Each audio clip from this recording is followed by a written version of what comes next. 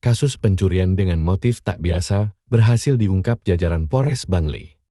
Coki di DP diringkus polisi setelah terbukti melakukan pencurian di sejumlah lokasi wilayah Bangli dan Klungkung.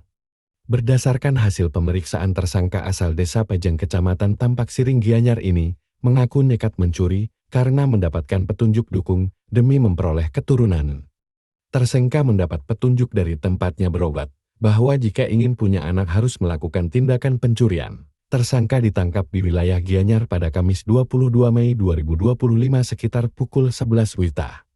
Saat itu tim Resmob Polres Bangli sedang melakukan penyelidikan terkait laporan pencurian di sebuah warung milik Dewa Ayu Sri Ekantine di RC Unga Bukal Kelurahan Cempaka Bangli yang terjadi pada Juli tahun 2024.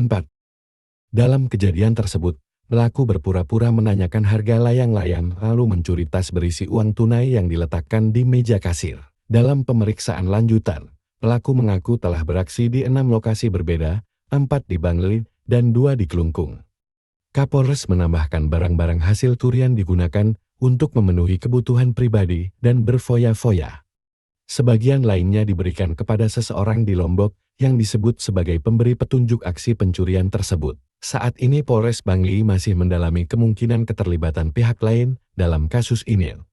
Atas perbuatannya pelaku dijerat pasal 362 KUHP Jungto pasal 65 dan pasal 362 KUHP Jungto pasal 53 KUHP.